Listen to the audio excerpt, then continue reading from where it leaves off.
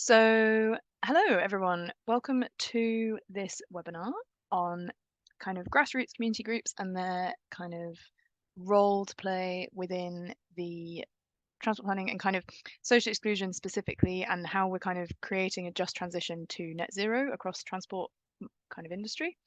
My name's Ruby Stringer. If you don't know me, I am the kind of director in charge of events for the TPS, for the Transport Planning Society. So I have been organising webinars like this for the last year or so. And yeah, so I just wanted to kind of introduce Transport Planning Society very slightly. So we are the kind of main special interest group for transport planners specifically across all different kind of walks of transport planning. We engage in kind of national transport policy discussions, and we try to at least set the kind of transport planning agenda at national, regional, and local levels. One of the main things we do is we offer events just like this one, which I know is a big part of why lots of people are members with the society. This event actually forms part of our pre-transport planning day kind of events. So Transport Planning Day is scheduled for the 13th of November, and it will actually be an in-person event at the ICE in London. So the registration is open for that now. So if you would like to attend, please come and attend with us. The theme for this year is planning and delivering for a rapid and equitable transition to a decarbonised transport system. And I think it's pretty obvious, hopefully, how today's session will kind of link into that. All the information about the Society and Transport Planning Day is on our website and also on our social media. So give us a follow on LinkedIn or Twitter, and yeah, get involved. We'd love to have you. So introduction done. We today are joined by three wonderful speakers. We've got Victoria Armstrong from the Community Transport Association.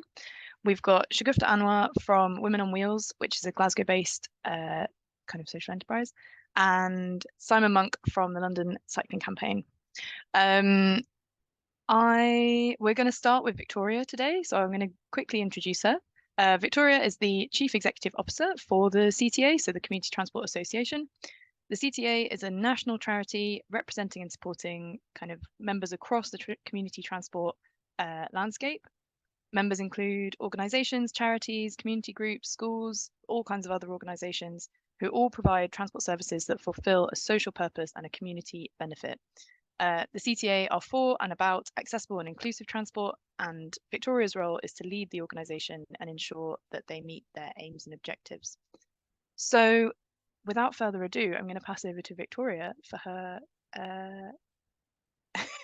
sorry, Simon, I'm laughing at your cat, for her presentation. Please take it away. Thank you, Ruby, and for the invite today. I don't have a formal presentation. You might be pleased to know or disappointed to learn that. But I think sometimes these things work quite well just to tell you a little bit about the organisation, a little bit about our members, some of the things that we get involved in. And I guess the underlying message really is, please do get in touch with us, you know, and even if we can't help, it might spark an idea. So I'm always open to, and I'll put my details in the chat. And so I'm always open for conversations or to give some, you know, kind of general advice. We are a UK charity. As Ruby said, we're a membership organisation, so we're an infrastructure charity, essentially. And yeah, we've got about 1,200 members across the UK. And yeah, we work with them on lots and lots of different things. So I've been in post now for a year, just over a year. And what I really needed to do was understand from our members, particularly in a post-COVID world, what they needed their membership organisation to be. And so I've done a lot of work over the last year, and that work continues to make sure that we do that. And I guess, you know, our members, we kind of split into two. I'm sure many of you know a little bit about community transport. Like I say, if you don't, you know, please do get in touch. But we sort of have our primary purpose members. They're the members that might be, you know, community group, a charity, or an organisation or social enterprise. the purpose is to provide transport. So that might happen typically, maybe it's in a rural community where the commercial route has been taken off, and a group of people or a charity step in to provide a planned route that they can do. We also have our secondary purpose members. They're more sort of your likes of your local authorities, your scouts, that kind of thing, that yes, they have a vehicle, yes, they need to transport people, but actually it's about providing a wider sort of purpose, or they have a wider charitable purpose. So we operate across the UK.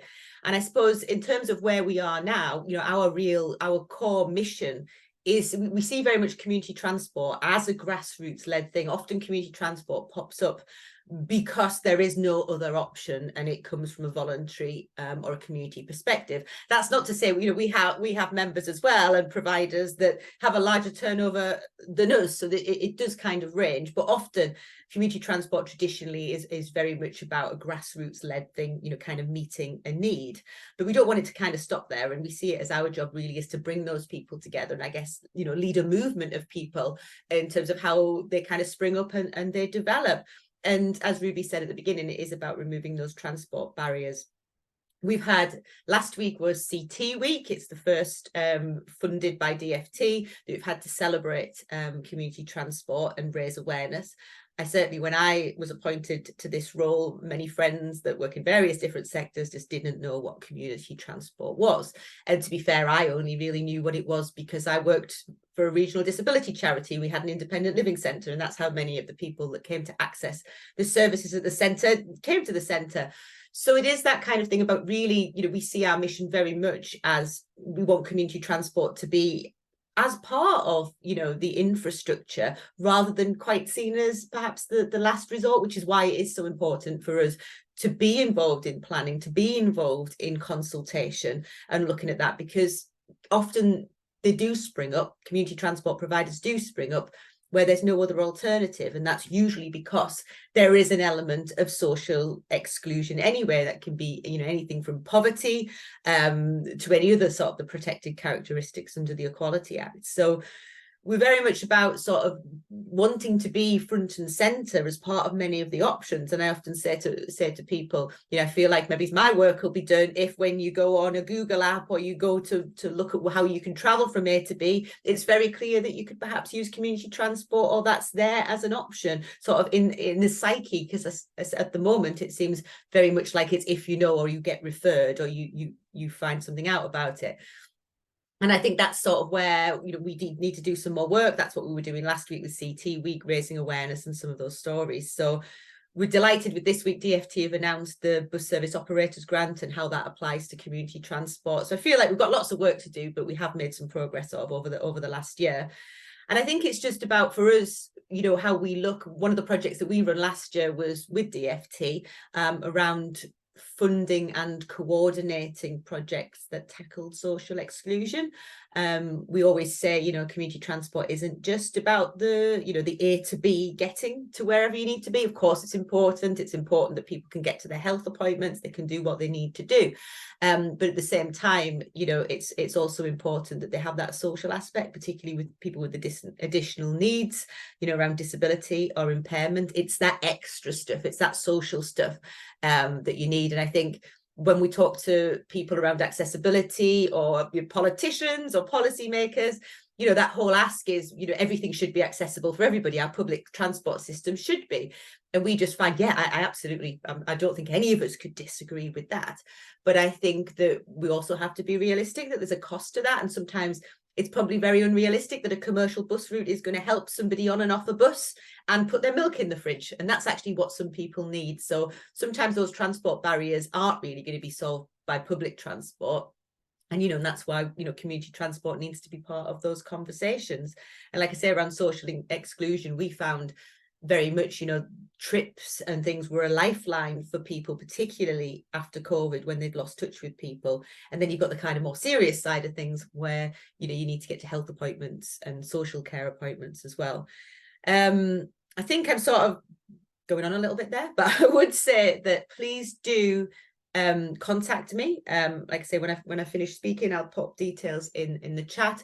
We do have our conference coming up on the 23rd of November, and would encourage people to attend. It's at the NEC in Birmingham, and we've got a wonderful awards evening as well on the evening to celebrate some of the people that champions of the sector.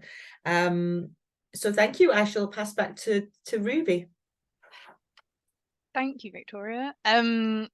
It's really interesting to hear, and I think some of the points you're making around kind of community transport springing up where something else doesn't exist, but actually the goal being to formalize it a little bit more and kind of, or maybe formalize isn't quite the right word, but the beauty of it is in that kind of its roots in the community, but actually recognizing the benefits of that and not seeing that as a kind of a gap filler, but actually a kind of a really important service in and of itself. Yeah, really interesting. And I wonder whether kind of Shagufta and Simon will kind of reflect on that a little bit through their presentations as well, the kind of formalization and bringing into the mainstream that kind of community grassroots element of things. So I don't see in the chat any specific questions for you right now, Victoria. So what I'm going to do is I'm going to move on to Shagufta, who I'm hoping is with us.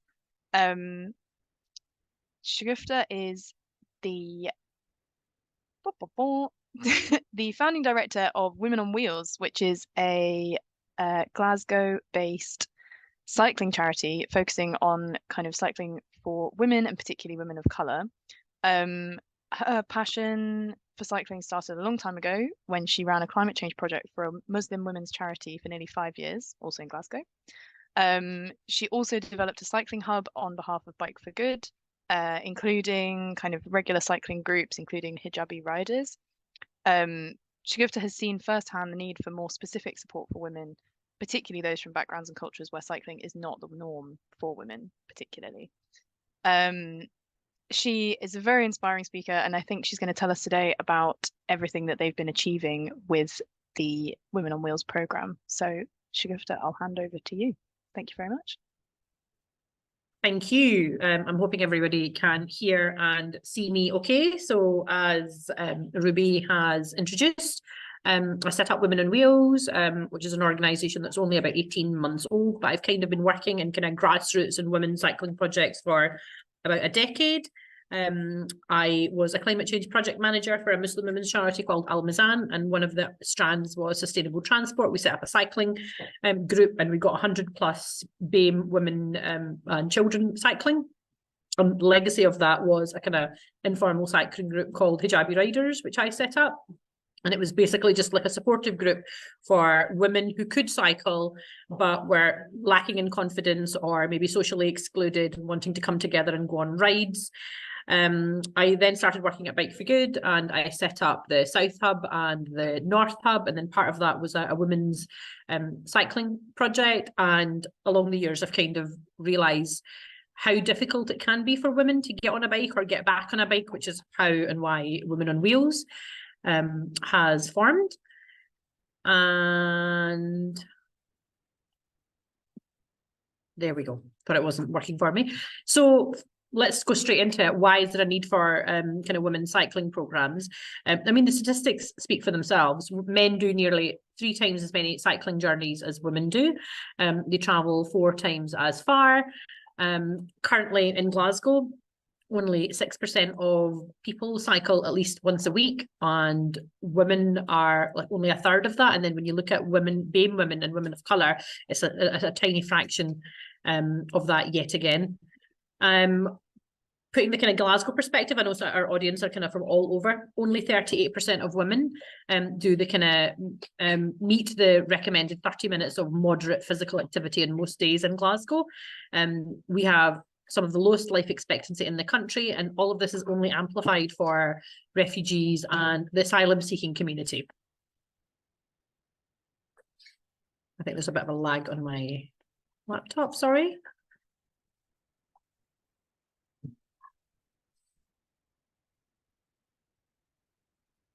One second, everyone.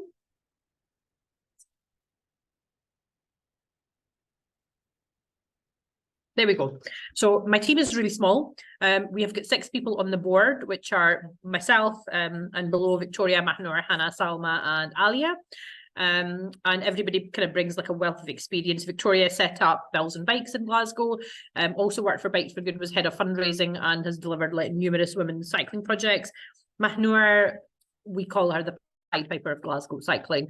Like she got on a bike as an adult and has single-handedly taught so many women and children to cycle, as well as sort them bikes and take stabilizers off and sort this out and get them inspired to do more. So very, very inspirational.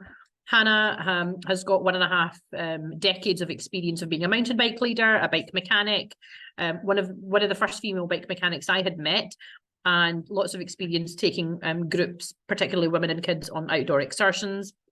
Salma works with the homeschooling community, learned to ride a bike as an adult herself, and has since then become a cycle trainer and a ride leader, and is working with lots of women. And Alia, whose picture isn't on there, who's recently joined the board, is our treasurer. She reached out to Women on Wheels, was cycling with her son, a 6-year-old son, on a child seat.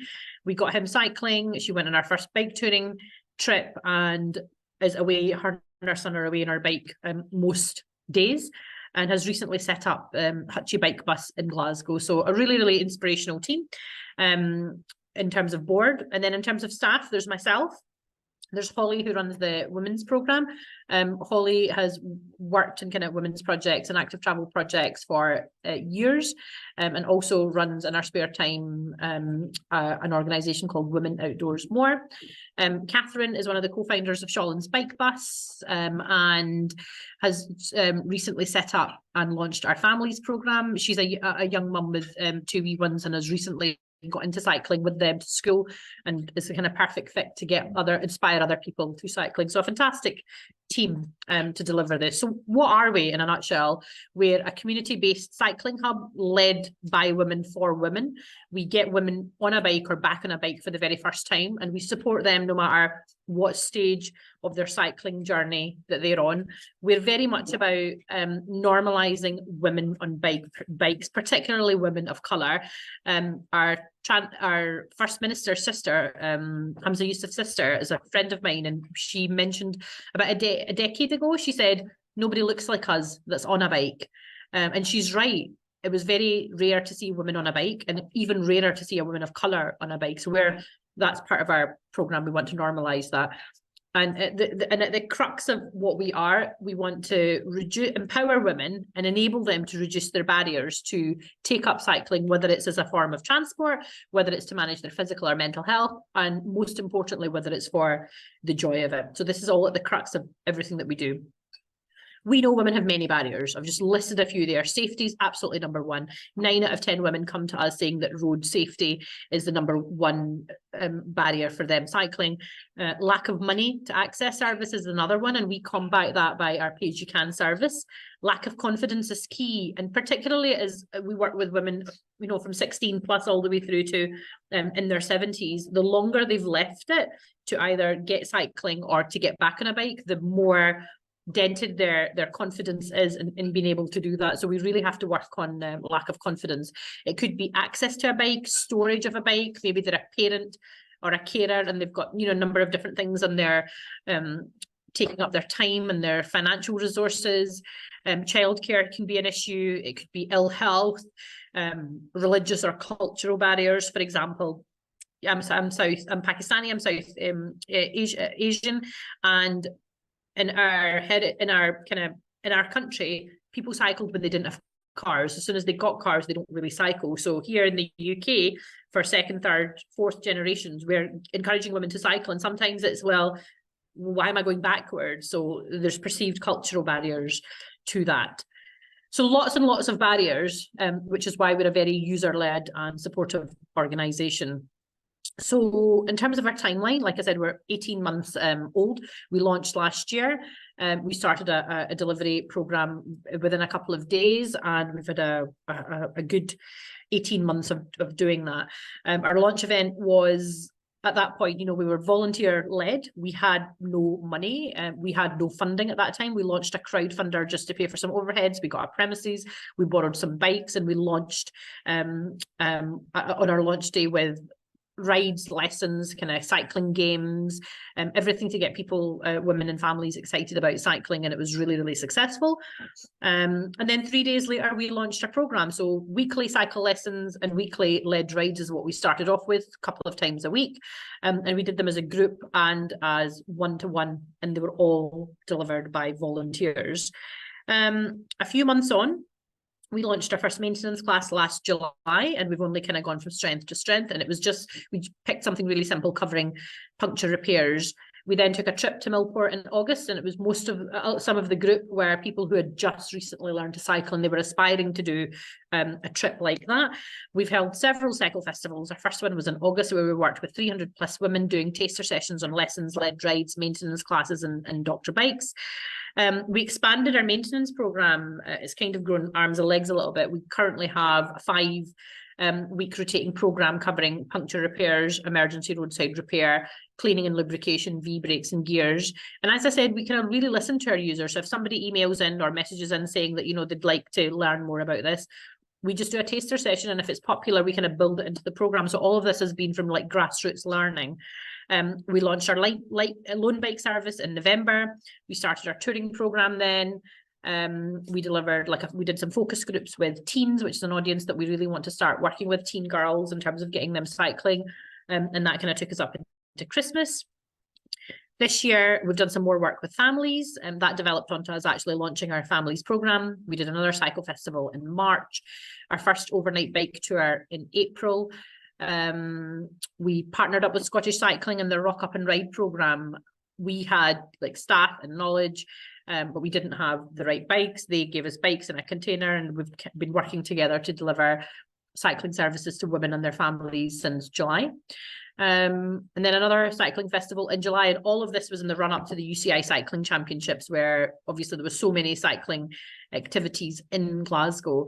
We ourselves had stalls in Glasgow Green where BMXing, flatland BMXing, BMXing was being held, and we delivered taster sessions for people then.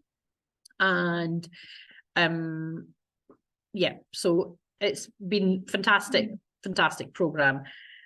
This is just telling you about some of the people that we've inspired to take up touring and cycling, and all of this is to get people to think about sustainable transport and actually think about their bike as a mode of a vehicle, rather than just a leisure activity, and then they're, you know, jumping on something else in a car or on a plane, etc., to do holidays. So our first bike touring program took 16 women to Falkirk and back, and since then we've had a number of different programs running, and we took baby steps in being able to deliver that program, all the way through from showing them how, doing events, showing them how to pack, what to pack, how to cook, how to camp outside, doing longer rides, kind of running that series until we did our first ride.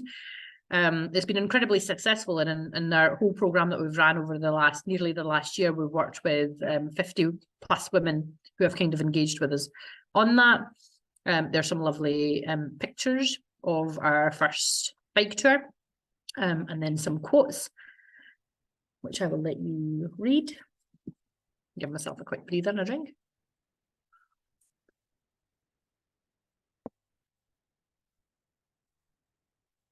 Bahar and Sadia, Bahar actually only learned to ride her bike last year, and it's at a real steep curve, and it actually shows how behaviour change can take a length of time, but actually for some individuals with the right support, how it can be so quick. Learned to ride a bike, went to Millport, did the first bike tour, and is now kind of on our intermediate build your own bike maintenance program after having done a number of the others. So it's really progressed quite quickly in our journey with us. We've also done other different types of cycling, because we understand that it's not just about like kind of cycling in urban environments.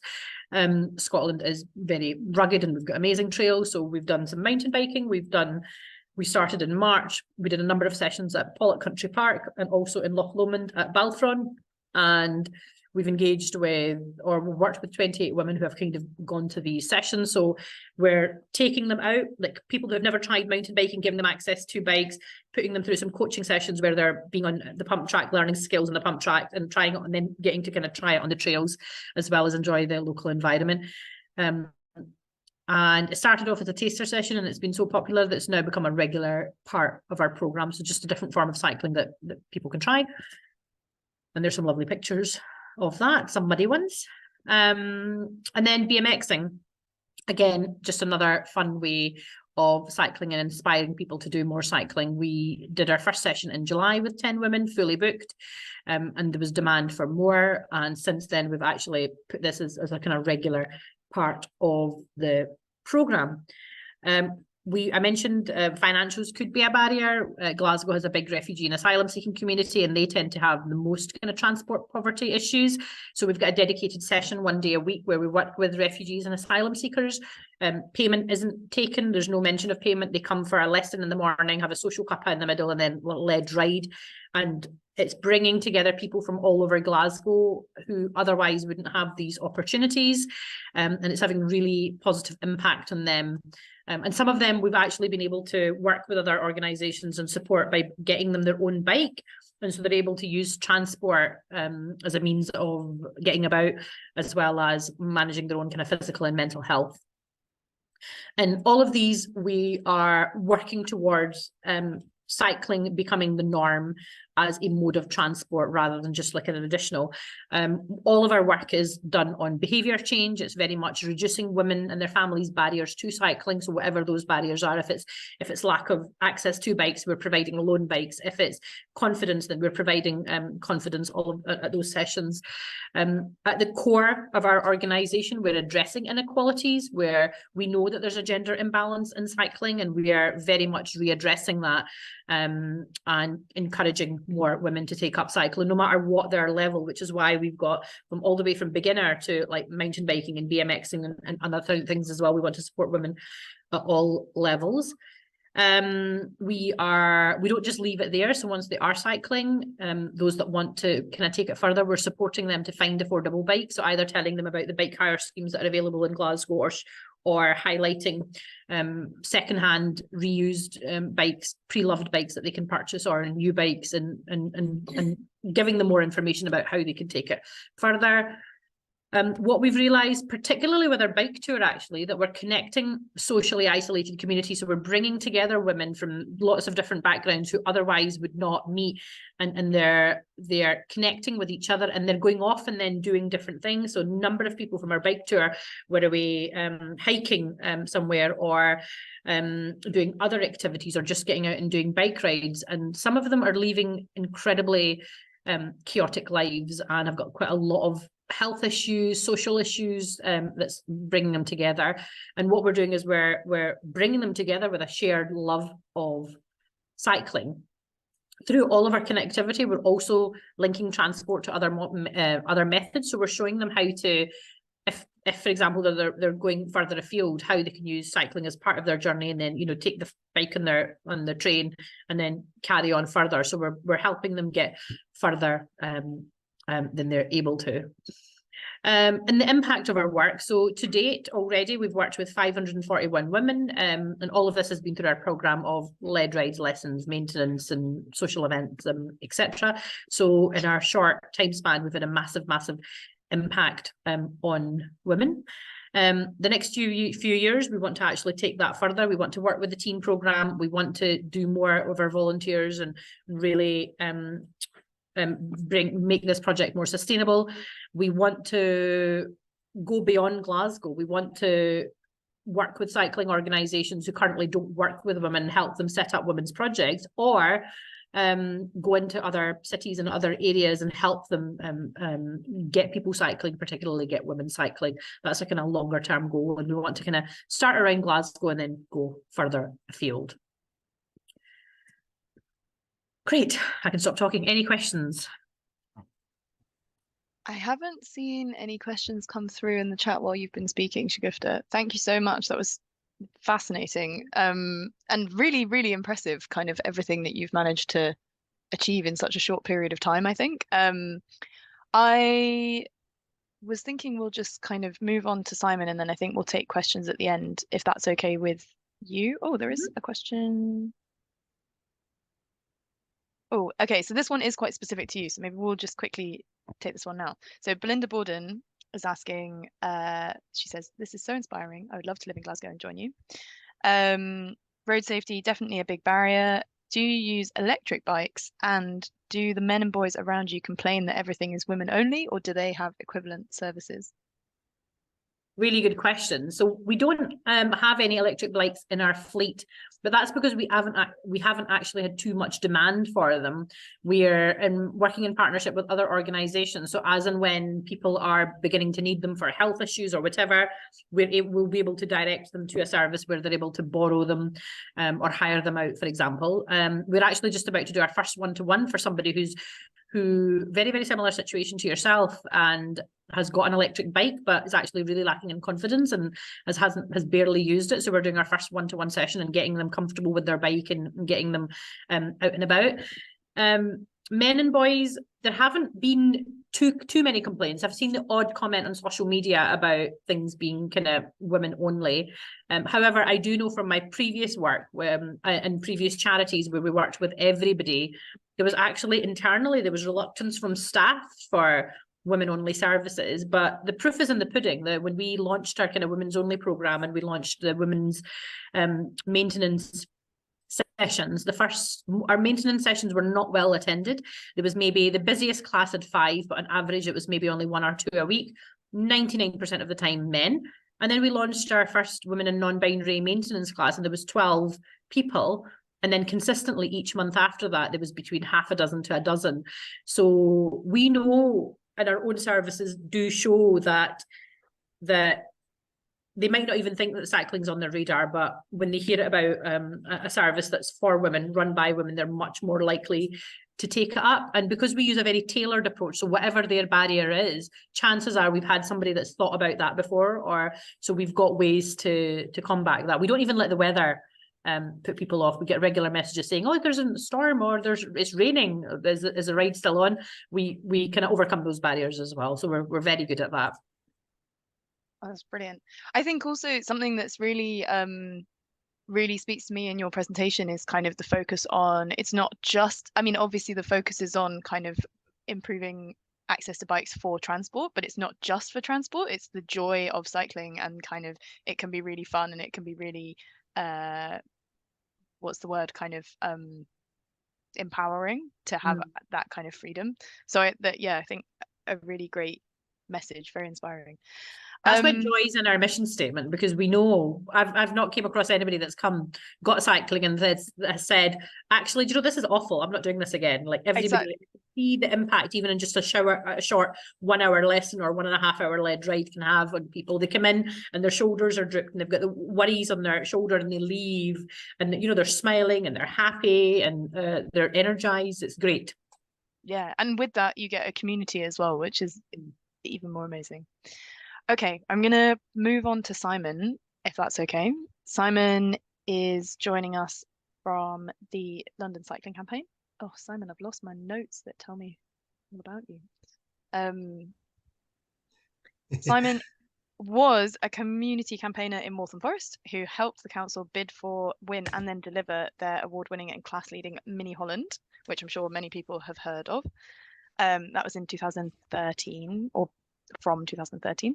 He joined the London Cycling Campaign in 2014 and has been responsible for major campaigns all across London, successfully coordinating campaigning and lobbying efforts to City Hall, TfL, and the boroughs to roll out active travel schemes, and has worked on influential reports as well, all about kind of links between community campaigning, politics, active travel, and climate, obviously all very relevant to what we're talking about today. Simon helped to return the term low traffic neighborhood to popular use. I wonder how that's going at the moment, Simon. And has produced guides on junctions with senior engineers, planners, modelers on community engagement, and most recently the new LCC pathway approach to increasing political will to deliver change, which I think is what you're going to tell us about today. Over to you. Yeah, it is indeed. Hopefully my slides will load up in a second. I think they should be there now. Yep. Hi, I'm Simon Monk. Yeah, low traffic neighbours.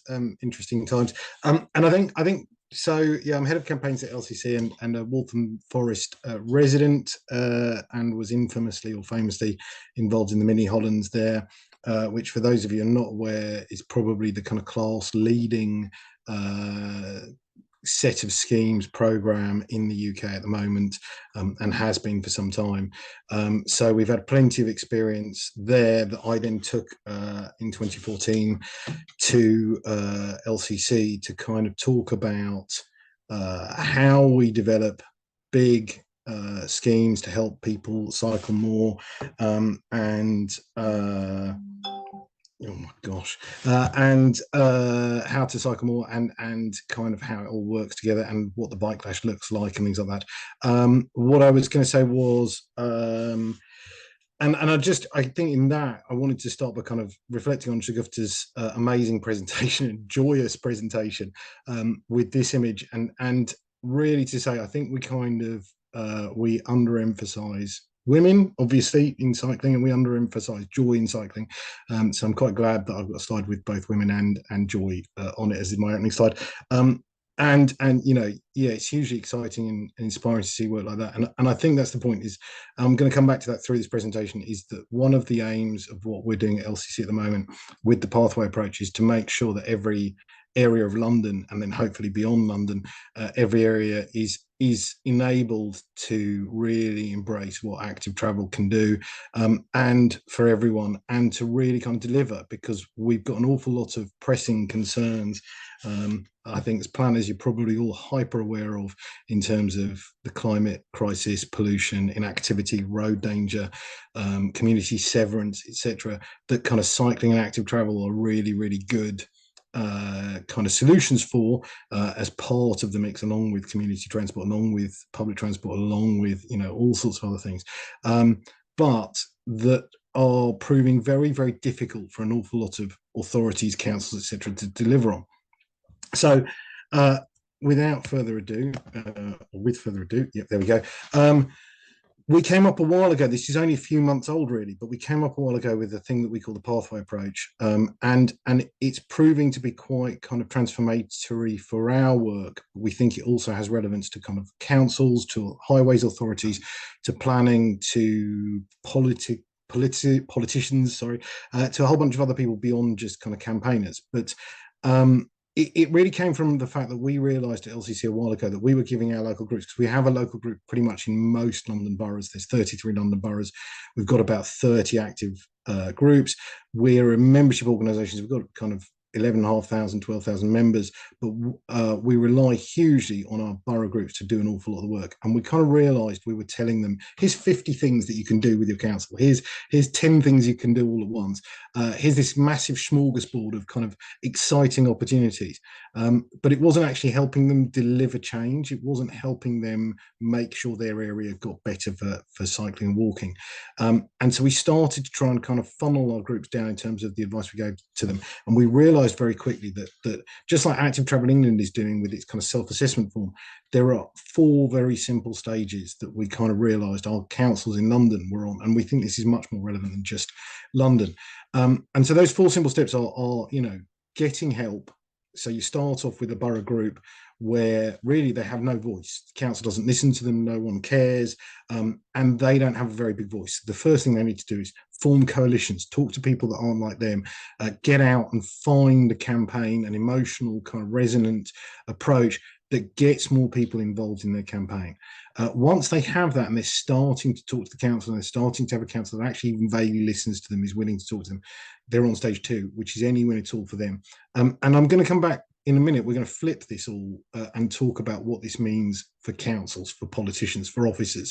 But yeah, from a campaigning point of view, the second phase is any win at all, which means, you know, you're not going to get LTN 120 kind of compliant scheme straight away. You're not going to get a perfect Dutch utopia.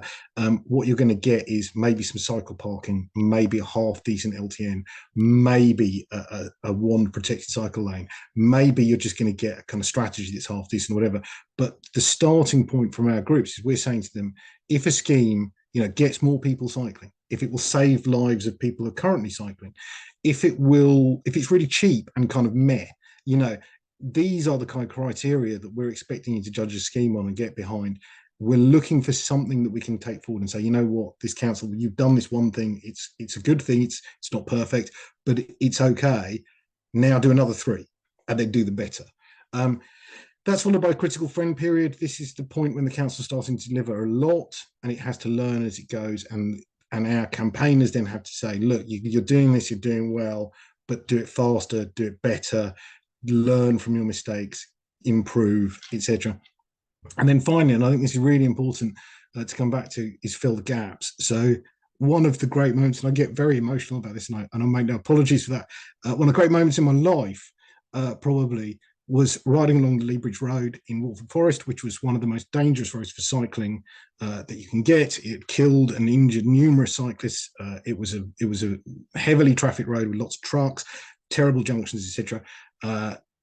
As part of the Mini Holland schemes, Waltham Forest, delivered a totally transformational multi-million-pound scheme along the whole length. Junctions that are like the Cyclops junctions in Manchester, huge change. And what happened almost immediately is that scheme and a bunch of other schemes like it led to the formation of Joyriders, of Cycle Sisters, of other groups for instance, Muslim Asian women in the area. And so I would be riding to work one way and I would see a load of women in hijabs, 30 odd women in hijabs, grinning, going the other way. And that was just brilliant. You know, I'd quite often want to turn around if it wasn't completely and wildly inappropriate for me as a white man, as a white man to kind of try and catch up to them. But like the level of joy, the level of excitement of seeing people enabled to ride. But that was a really important moment for Waltham Forest. And I think it is a transition point that lots of other boroughs go through, where they suddenly go, you know what, not all cyclists look like me.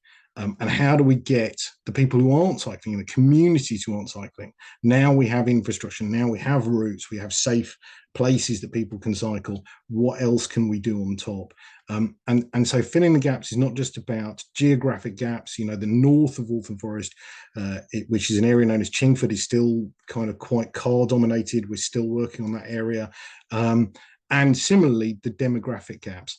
So it's geographic and demographic gaps. You know, which communities have faced extra barriers to get cycling and get on active travel and ditch the car. You know, which communities face transport poverty, which communities face the fact that their areas don't have good schemes yet.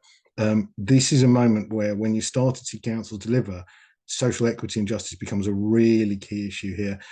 And, you know, one of the other great moments of Waltham Forest was seeing cargo bike parents, you know, suddenly appear, but also then suddenly start to find a voice and say, you know what, we can't park our bikes at stations because you haven't provided any parking for our types of bikes. We can't do X, Y, Z. So starting to have that conversation with communities to say, what other things do we need?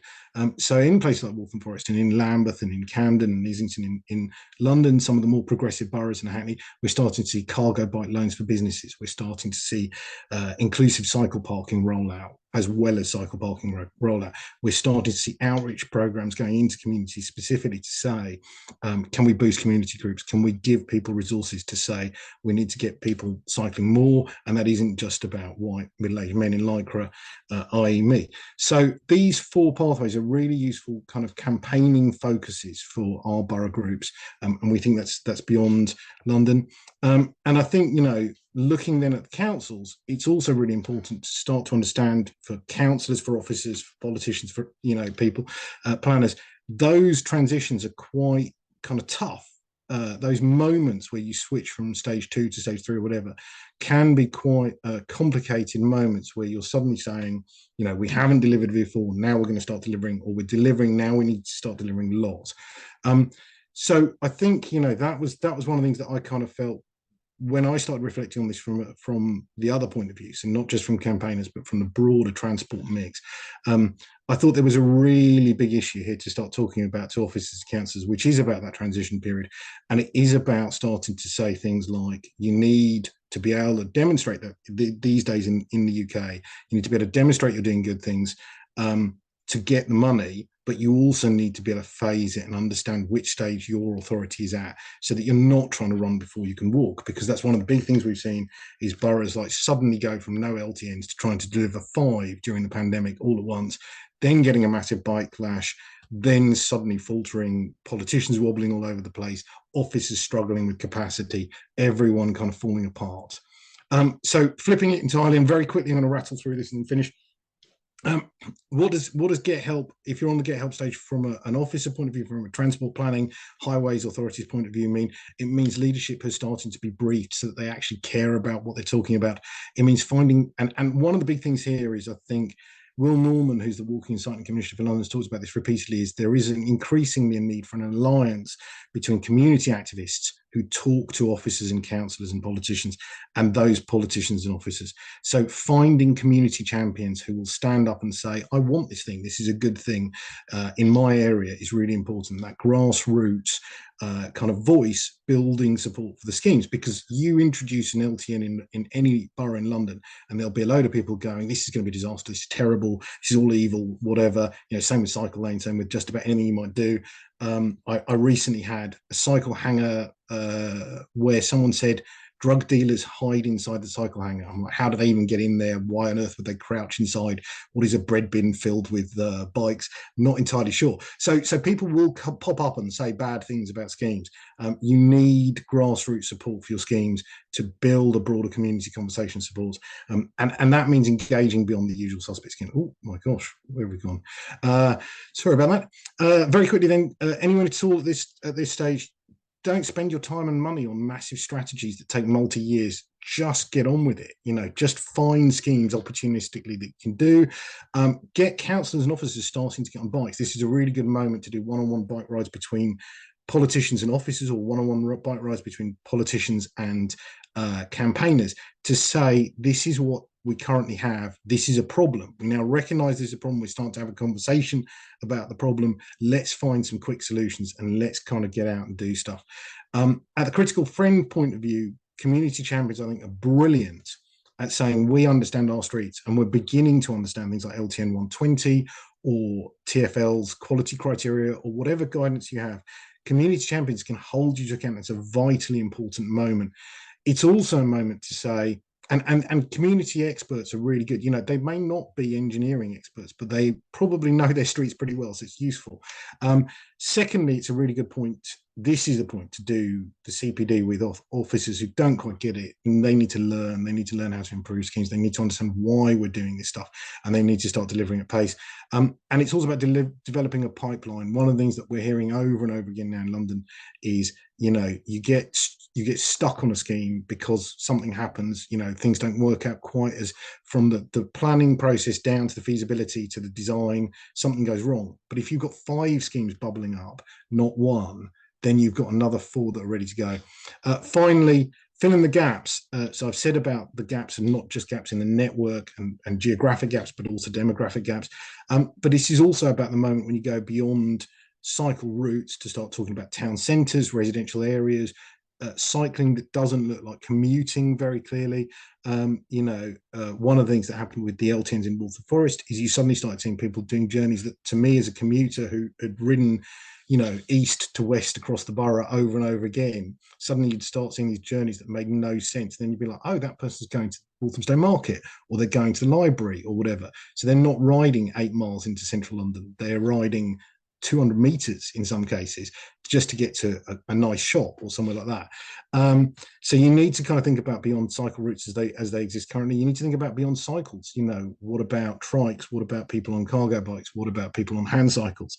What about people who don't use a standard 2-wheeled bicycle? And, you know, beyond cycling as well, like, where's your walking networks?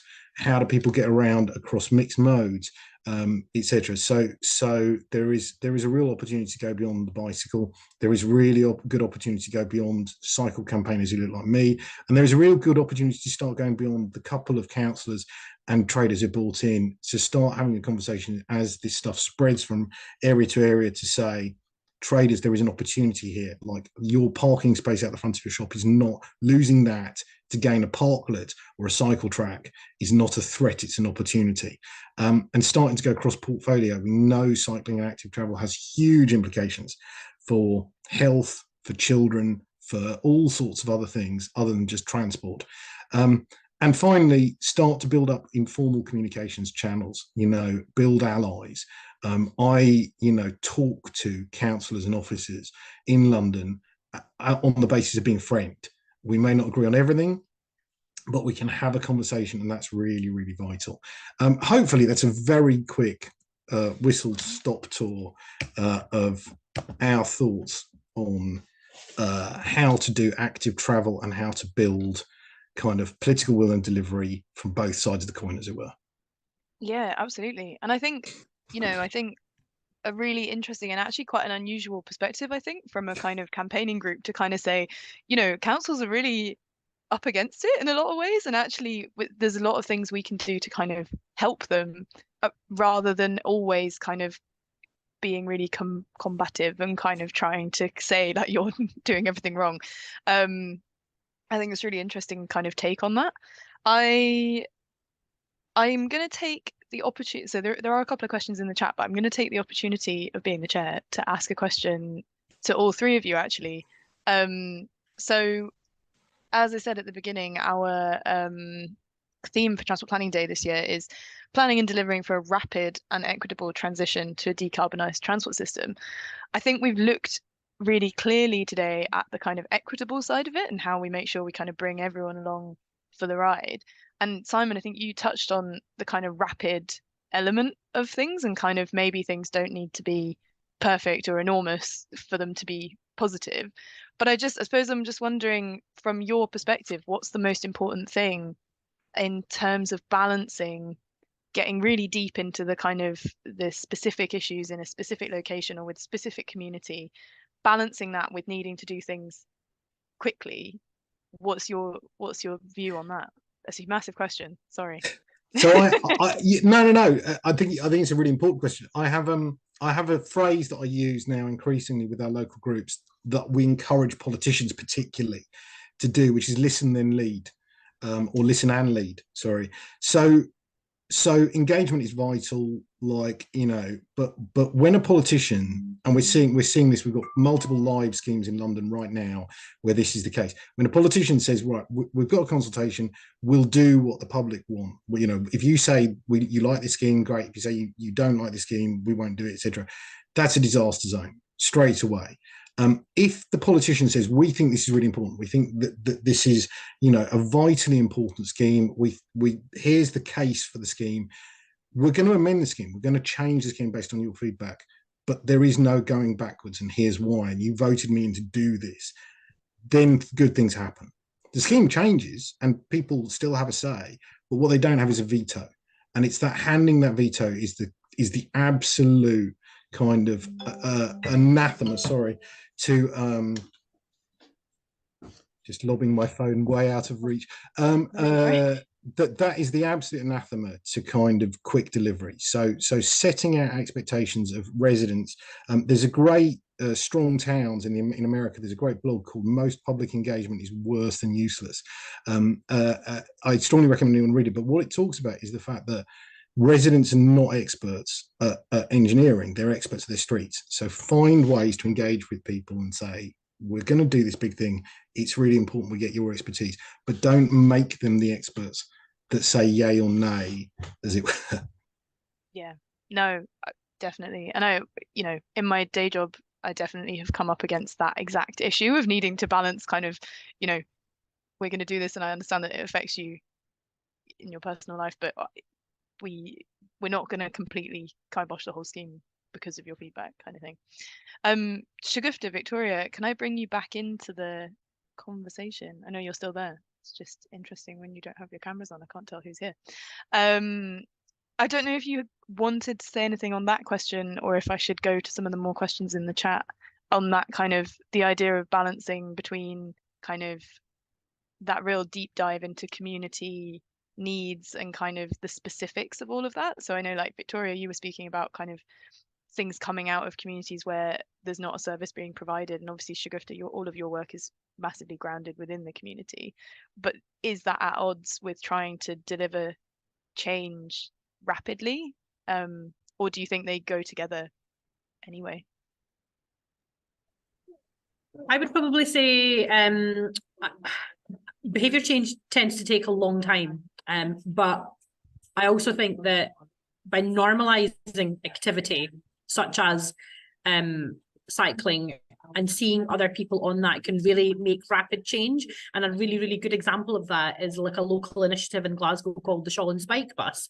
Essentially, some parents who had seen a picture on Twitter set up, and within a year, in fact, I think it's been 2 years now, it's got such massive traction, and so many other parents have just from seeing other parents walking their child to school and them being on their bike and then going cycling has had like a massive impact. So I'm really a firm believer that normalizing this behavior can bring about rapid change. Almost like a snowball effect, I suppose. Absolutely. Interesting. Victoria, I don't know if you had a perspective on that as well. Yeah, I mean, I think from, like I say, looking at it in the round as an infrastructure organisation, I suppose I would say that whilst all of our members and all the organisations and all the brilliant grassroots things go on, we're not really, at the core, it's about social inclusion, isn't it? And removing transport barriers, or making sure that people have the opportunities that they deserve and that they can enjoy. That isn't really new, so all of the things that we talk about, all of our members, they're all doing, like, they've got brilliant volunteers, and some people will do singing in the car, and it really helps people with dementia, and they might go to like different seaside things, and there might be different sort of skills, personalities as part of that, but at its very core, it's just really about people. So I think that we overcomplicate it by thinking this is new. It really is just the experience that, I could provide you with tens of hundreds of case studies. If somebody said, oh, we're struggling getting this perhaps disenfranchised group, people experiencing this transport barrier, I could find it somewhere it's done. We could look and we could go, well, actually, that's done over there. You might want to tweak it. You might not be able to use an electric vehicle, for example, because it's a rural area and there's no charging points. Okay, that's great. That goes into CTA's policy, sort of work. But actually, it could work like that. And the experience is sort of all there. And I think there's an element in my experience of working with perhaps, kind of the local authority side of things, or sort of, public bodies. This is a fear of change. And I understand why it is, any of us that have ever had to go through a tender in the roles at the moment or in previous roles, there's all these checks and balances. Quite rightly, they need those. But I think as a result, because there's so much red tape, there is then the kind of the fear. We know that there's, for example, taxi companies funded, week after week, month after month, year after year, when we know a community transport organisation can do it better. But because of how it is, it doesn't, it's getting that change, like Shagufta said, change can be quite slow. And so I think it's behavioural change, actually, not from the people that we support or the communities that we work from within. It's actually the changes about, sort of actually changing the minds of the people that do the planning and do that. So I think, like I said, so I would say, yes, it absolutely exists anyway. Yes, there's geographical tweaks. Yes, there's different demographics and things we need to consider, but the ingenuity and the innovation is there. So speak to us, speak to the people around this table. It's yeah. No, I think absolutely. And I think also, I mean, I think you hit the nail on the head saying that local authorities, through no individual fault, I wouldn't say, but kind of, I think the way the system is set up does lead to a kind of fear of change and to a fear of going outside of quite explicit guidance, maybe. So, and then I think that's almost how we get stuck in these loops of kind of creating, as Simon says, really complicated, long strategy documents, which maybe don't serve the purposes that we're looking for in the long run. Victoria, I'm going to stick with you and ask you a question from Matthew Roberts. Victoria, what is the future of community transport given the rise of mobility as a service and autonomous vehicles? Yeah, I think mobility as a service and the digital demand responsive transport is something, it is where I think in thinking about it in terms of public authorities, they think very much this is where it is, this can save us money, this can do this, and it absolutely can. So again, our job in the CTA is we're starting to have those conversations with different software providers to try and broker that, because there is a disparity between what those software providers are doing and can provide and how much that costs to actually the reality of some of our members on the ground. So we're very much working around that. I think within that, it doesn't take away what the sector's about. So you might very well have a digital way of booking things or doing things, which we would absolutely encourage our members to do if we could broker those relationships with those providers. But even with autonomous vehicles, you know, I think we are very, very far from a point where people don't need other people. We need people, you know, going back to that example, you know, community transport is about, you know, people help in hand, doing a bit extra. There's so many, you know, when I kind of went to a little tour around the country when I first started, you're not going to find an autonomous vehicle that, you know, helps put something in the fridge, some milk in the fridge, or an autonomous vehicle that then goes, oh gosh, you know, she's usually there with a hat and coat on. Why isn't she there? And rings somebody and actually to find that they've collapsed. That's the sort of, you know, it is about transport. It's around the social elements about that. So even if we had autonomous vehicles and all the mobility as a service and people can book on an app and all of that kind of stuff, which is great. We absolutely do encourage that in the right ways.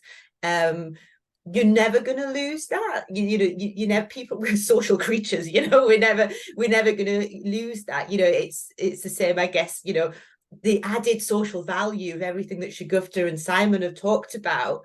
Yeah, you can get a bike, but you can watch a YouTube video, you can learn how to do it, but all that quality stuff that comes from that, I think, you know, that's what community transport's about. That's what these grassroots organizations are about. So I think we need to, I think sometimes our sector also isn't so good at innovation. Sometimes we think, oh, don't come near us, we're a bit scared of apps and things like that.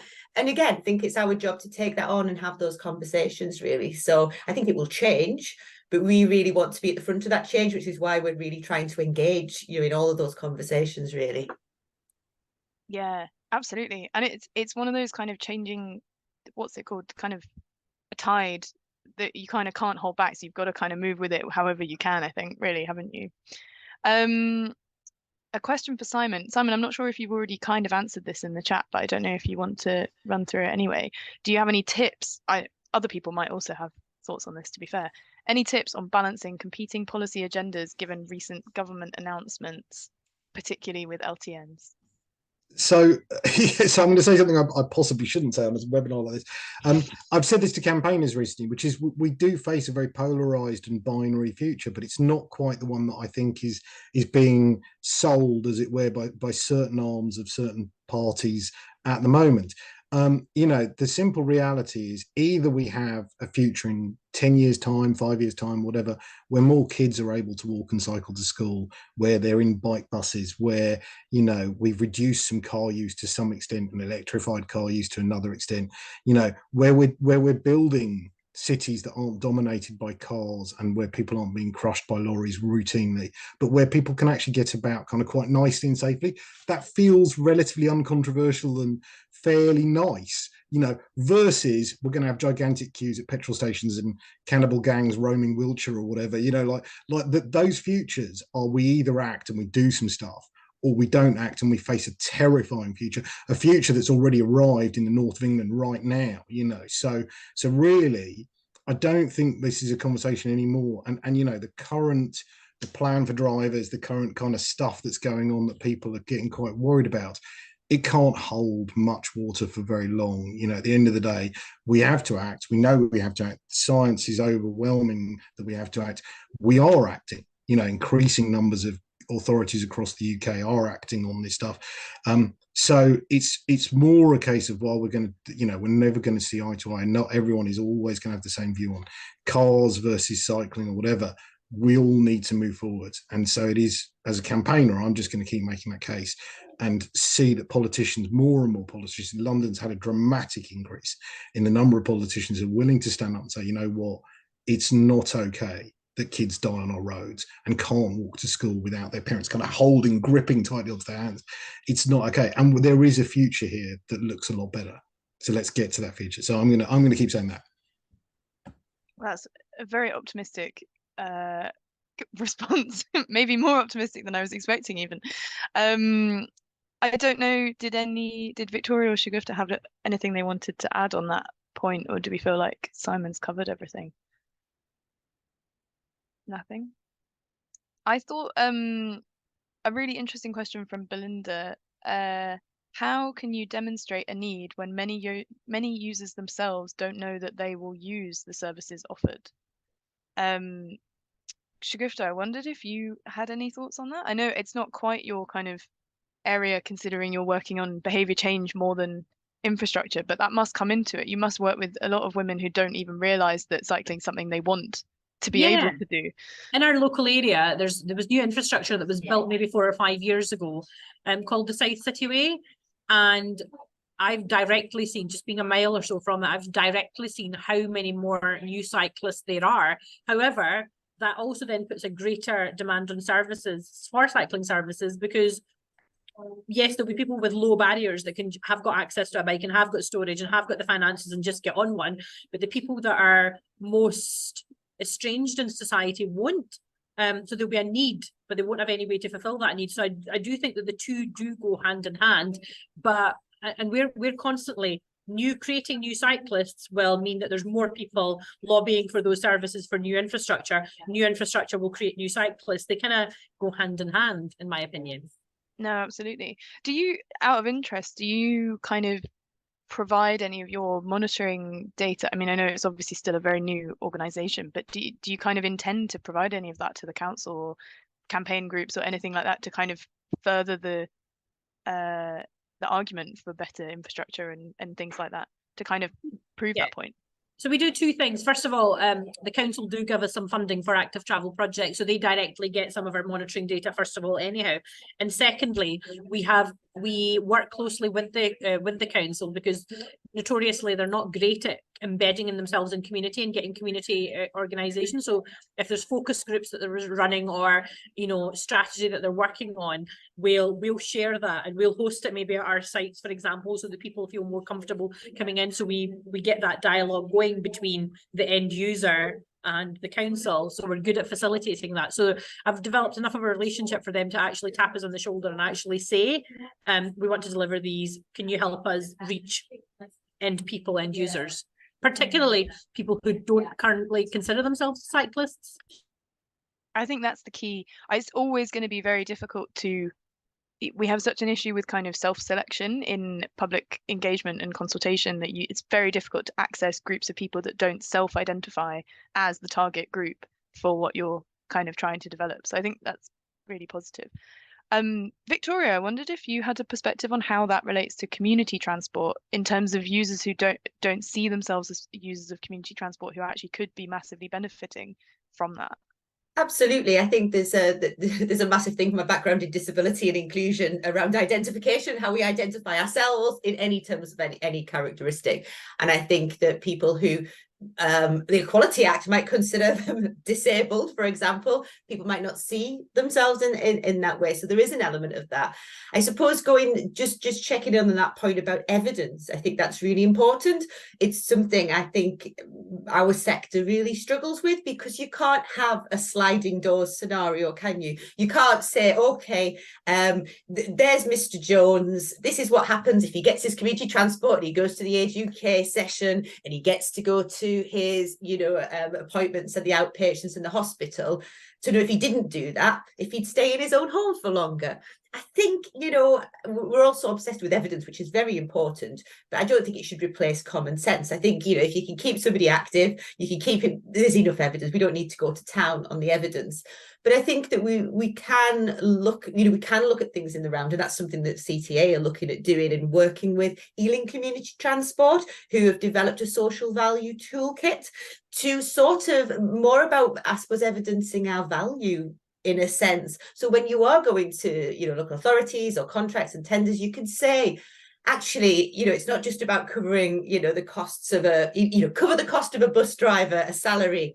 Great, but this is actually what you're getting. This person then does this. This is the social value. This is, a volunteer coordinator, the hours of time that somebody, can spend because of the volunteers that they can then recruit. So I think as a sector, we've got to take responsibility and get better.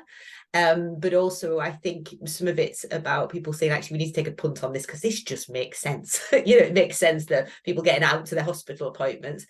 And making that case really, and doing some, kind of looking at, particularly around NHS and now the integrated care boards, how we can work with them to kind of funding the right people as well. We do realise, my argument is kind of like, I kind of realise there's no more money. we're in the world that we're living in. But what I do think, in terms of the organisations here and grassroots organisations, but give it to the right people, give the money that there is to the right people, because at least they'll spend it in that, what I would think, in a way that promotes inclusion, really. So I think it is about giving what funding's available to the right people, not going to town on evidence, but working with us to show that evidence and a bit of common sense as well, I think.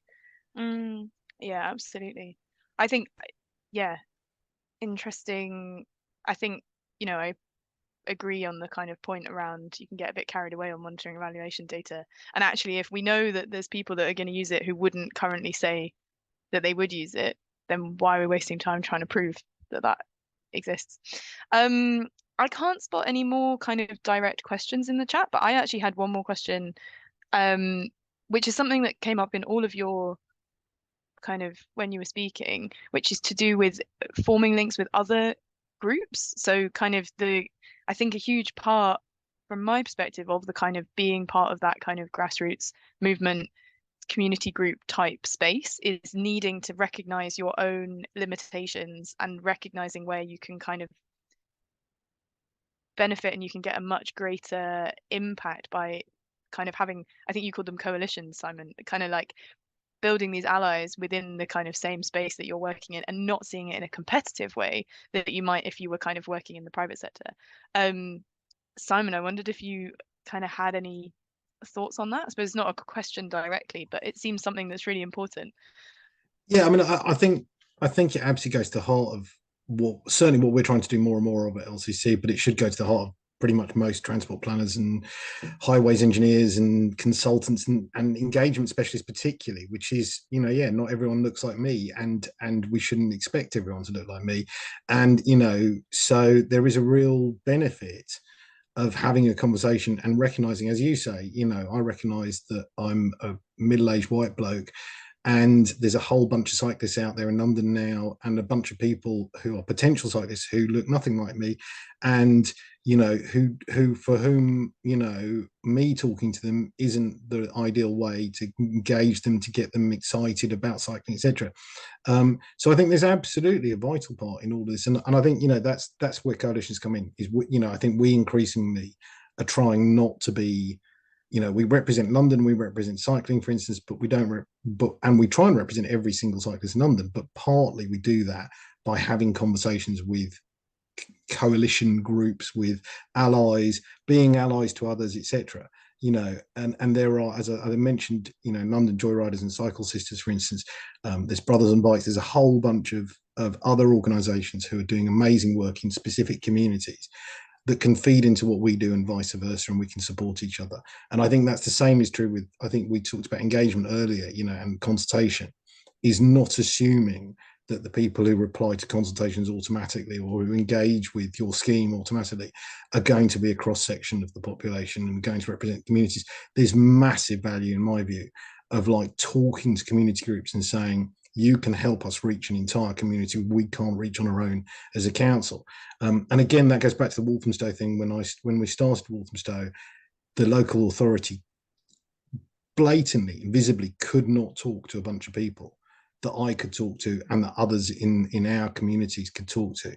So there's a real value in having not only a coalition within campaigners, but a coalition to officers and councillors as well.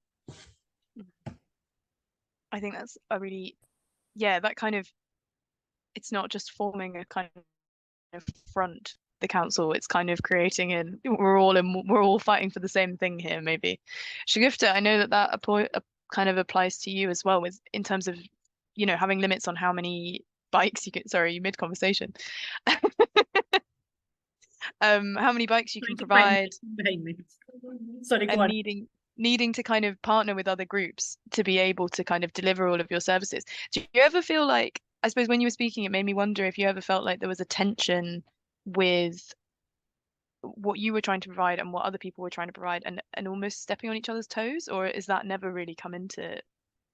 No, absolutely not. In fact, we work in partnership with quite a lot of other even cycling organisations, and another great example of that is we did a family kidical mass on 24th of September, or sorry, 25th of September for Global Action Weekend, and we partnered up with Sunny Cycles, a local organisation, Clyde Cycle Park, Parents for Future Scotland, as well as kind of kidical mass, and we're able to just have a better voice and bringing more people to that platform and getting them to kind of come round. And core to our day-to-day work is working with organisations and working with other partners. We wouldn't be able to do this work just on our own. We couldn't afford to just sit here and wait for people to just think about accessing our services and coming in. So we're actively take our services to other organisations and community groups as well as working partnerships. So that could be, you know, we're working with the council, we're working with people in our local area, we're working with all the other kind of cycling organisations. Like I said, in terms of people who already cycle, it's very, very low. So there's plenty of effort and work for everybody, and everybody's got like a different niche. You know, there's a cycling organisation that's like less than a mile away. Their focus is very much maintenance. They do cycling projects, but maintenance is their main focus. Somebody else over there might be stronger on like volunteer development and building their own bikes. So there's definitely scope for us to have a bigger impact and voice by working together. Definitely. So I think our kind of questions from the chat have sort of dropped. So what I was thinking was, I think maybe we should kind of wrap it up there. We're kind of running into the afternoon. I'm sure everyone's ready for kind of tea break and lunch break and everything. Before we do that, I wondered if we could just have almost a short kind of call to action, or kind of what if there's something that everyone on the call kind of going away from this, taking with them to kind of put into action, what would it be from each of our speakers? So I thought I'd come to you in the order that you presented. So Victoria, if I come back to you first, is that okay? Yes, it is. I'm just thinking on my feet. Yeah, I know. Sorry, I should have given you a warning beforehand, didn't I? Do you know what? If everybody takes away today to just remember to think about community transport in any sort of activity that they're engaged with, and thinking, oh, what's the community transport in that area? Or even if you're going out on your travels and you're on the bus, you know, doing a Google, you know, that's what I've started to do. I realise that when I go on holiday, I can just go on holiday and I don't have to look for minibuses. But, you know, just thinking about, you know, just putting it at you know, when you think bus, when you think cycle, when you think train, when you think all of that, just think, oh, where does community transport, what local grassroots are also, you know, organizations are actually doing something here that might go amiss, and actually, if you're planning something, just to think, oh gosh, if people can't get there, how might we could involve or mobilize people from that. So just think about community transport as one of the main, I suppose, as part of the infrastructure of transport in the country. Thank you. I definitely will be doing that after this discussion, because I think I can admit that I don't necessarily do that myself even. And just reach out, just anybody today, just contact me. You know, it's fine, or contact the website. You're going to have an influx of emails in your inbox. Shagufta, can we come back to you? Absolutely. And I would say kind of very, very similar to Victoria, people up and down the country, we're not unique. We're not the first person doing this. There's people up and down the country delivering projects similar to us. And if people really want to make a much bigger impact, then access those services, like whatever your unique barrier is, or somebody, you know, your unique barriers, somebody will be combating that in some way. And just like, you know, so when on the chat, somebody's saying about pulling those resources and putting case studies together. Absolutely. I'm always inspired by other projects and other people doing amazing work. So find somebody near you that's doing that and connect them to somebody else that's needing those services. Fantastic. Short and sharp and very inspiring. And Simon, you're finishing off the whole webinar with your words. No pressure. I think I said earlier, don't run before you can walk, but I think for kind of anyone involved in planning and highways and stuff like that, start walking. I think that's start doing something now. you know, because we do face a bunch of crises, and they require action. They don't require action that requires us to all panic and run around like headless chickens, but they do require action now. So start doing something now. Make today the day that you're going to change something in your authority, in your area, for the better. And then tomorrow do 3 things, and then the day after do 5 things that are even more bold and brilliant and bigger. So just start walking, then start jogging, then start running, then we're all going to need to start sprinting very quickly, as it were. But we'll get there together, I think, and we do that by taking that step today. That's my view. Fantastic. I couldn't have said it better myself. Well, so we'll wrap it up there. Thank you so much, everyone, for attending. The recording of the session will be on the TPS website if anyone would like to come back to it. I think all of our speakers have dropped their details in the chat, but that will be, we can make that available on our kind of website as well. So yeah, keep in touch, join the TPS if you're not a member already, and hopefully we'll see you again soon. Thank you very much, everybody.